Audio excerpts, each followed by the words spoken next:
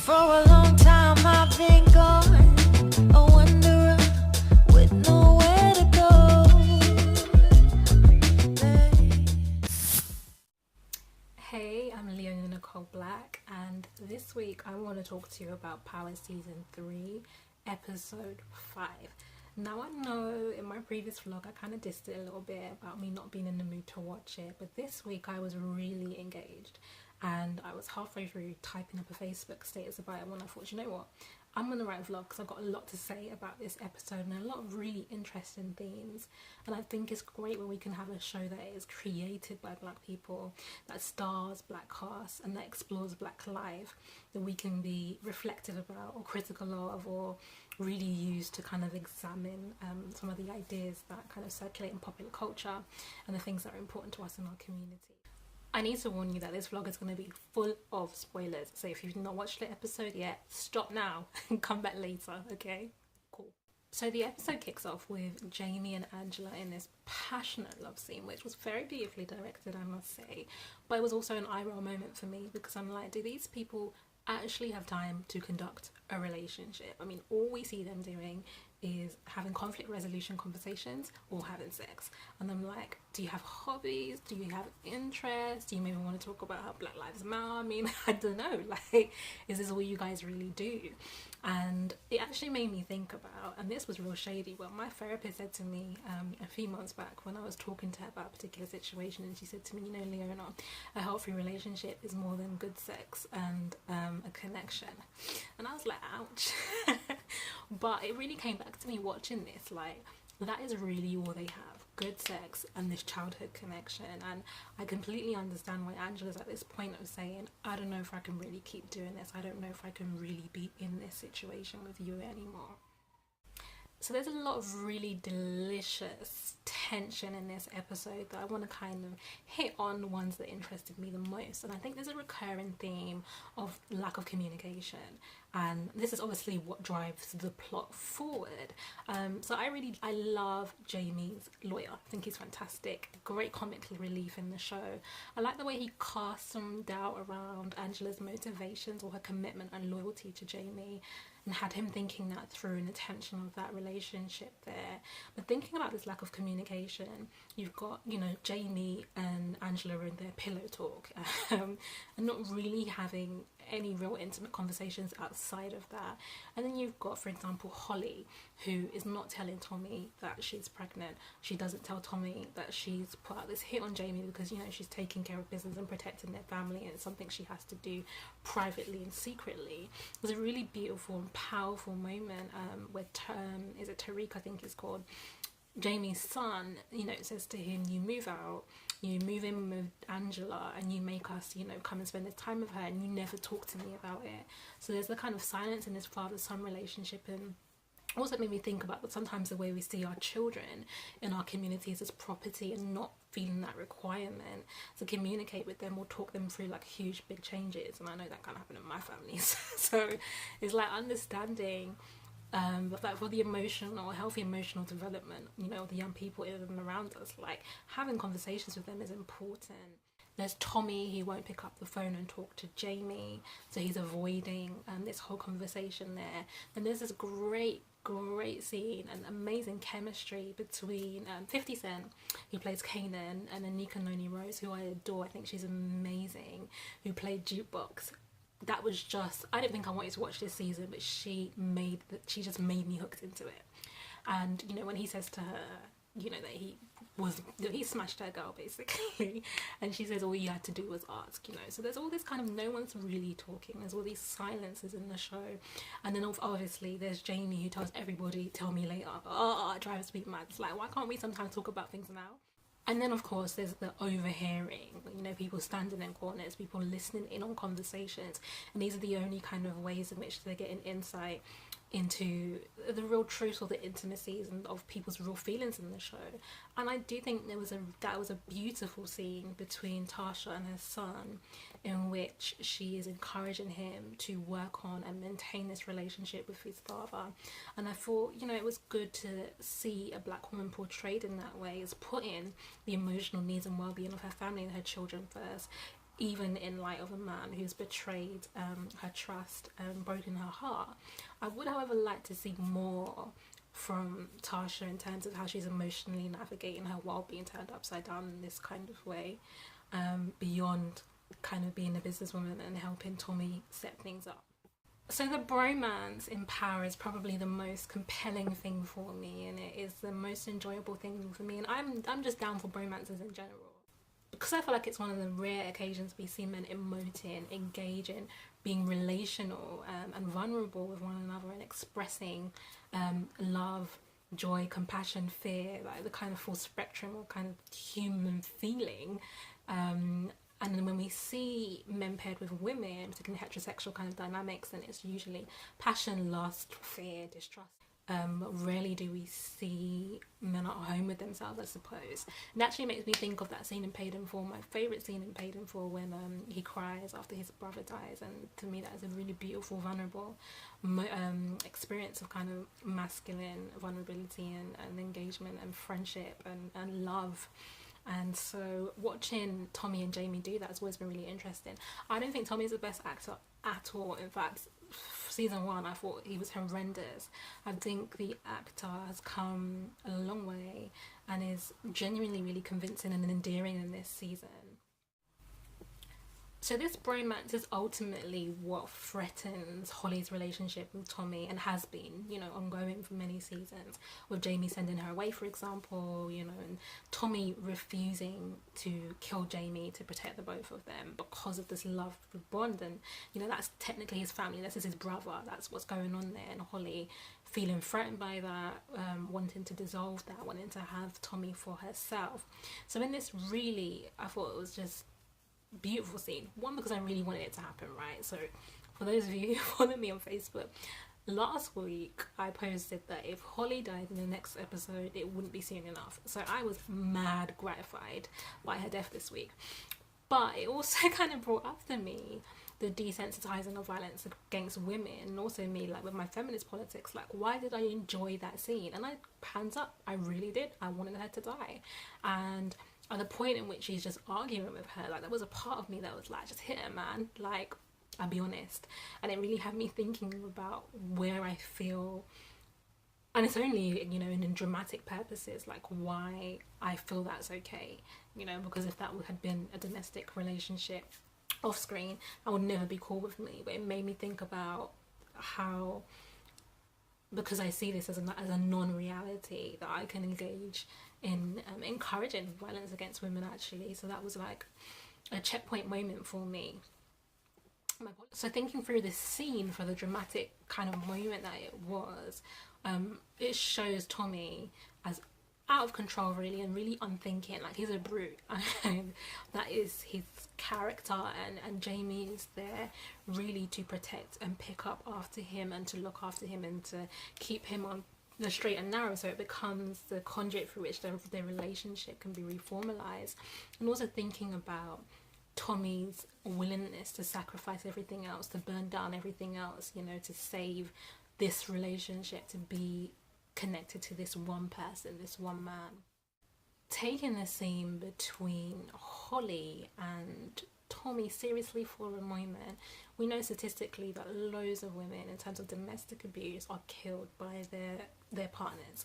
And so again, that's a realistic representation about the kind of fragility or vulnerability of women in those spaces, and how easily, you know, that your life can be taken. Also in this scene is that, you know, Tommy's on the floor, Jamie comes in and is like, kind of like, what happened? And he's taking care of it, and that's that, you know, it's somewhat commonplace. Like, they talk about why he did it, and there isn't any kind of real outrage, or like, this is a major disaster, or Tommy, how could you do this? Or it's kind of a given, you know, that women are expendable, or it's a given that is a part of the dynamic of the space and the environment that he's operating in.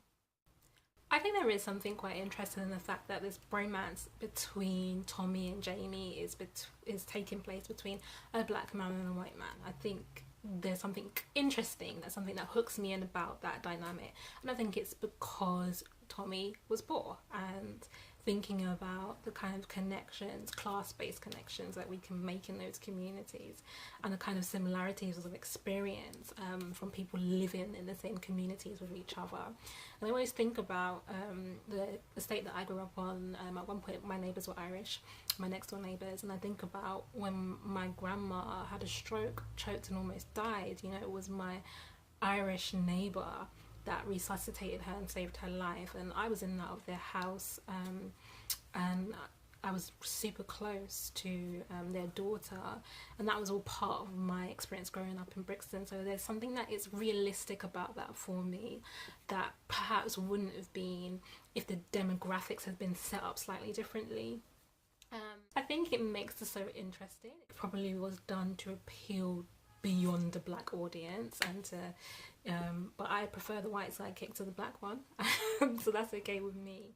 We are the generation that watched The Wire, so we've seen Avon and String About, and we've seen a lot of that in kind of black film and TV, so it's interesting that they took this direction, and I like it. I like Tommy being cast as a white best friend. One of the things I really love about Power is the way they use language as a boundary, a cultural boundary in the show. And the most famous, probably one of the most famous quotes by Frantz Fanon is that, and I paraphrase, to use a language, to speak a language is to uphold a particular culture, is to assume a culture.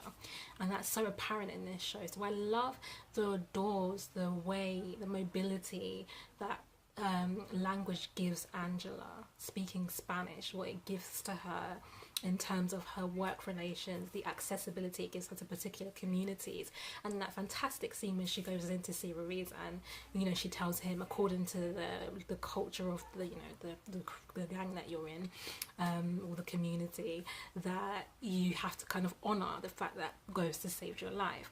When she leaves, he calls her a witch, and I love that. I love that so much. Not bitch, he calls her a witch. You know, and thinking about how she's moving through these different spaces and kind of wielding this power in a kind of double-edged way. Like, I thought that was a perfect example for her. So that was such a cool moment. There's also the fact that, you know, Jamie speaks Spanish, and that creates another boundary or deepens the intimacy between them, and lets us believe in a real cultural connection that hooks into this childhood thing that they've got going. And I think it works really well, and it's, you know, it's fun to see in that scene last episode with her sister around the dinner table, and how it creates belonging. And you know, but ultimately he's still a black man, and so there's some distance around it, and he's a black married man. So yeah, that's such a cool, I love the way language works in the show.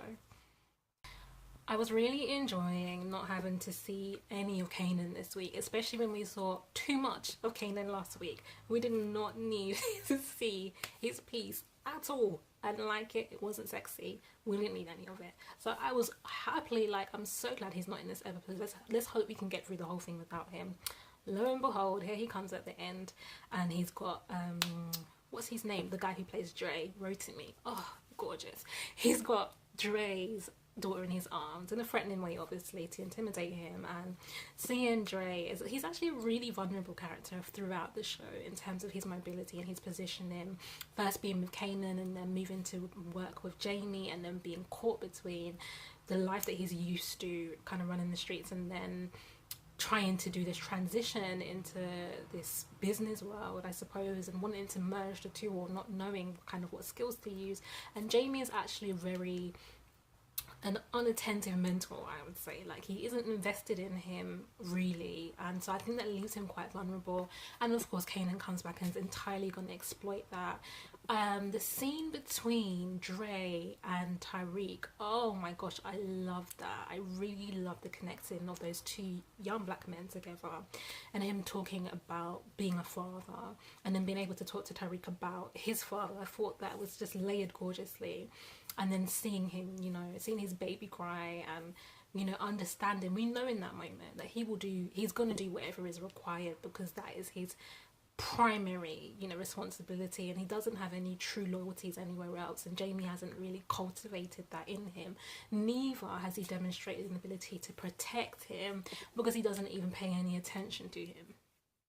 My favourite scene from this week has got to be when the Jamaicans came out to finished ghost, and he's outside of his car, he's vulnerable, he's unprotected, his son is in the car, and he looks back. And you know, Amari's really fantastic with facial expressions. He really has a very expressive face. I love watching him for that reason.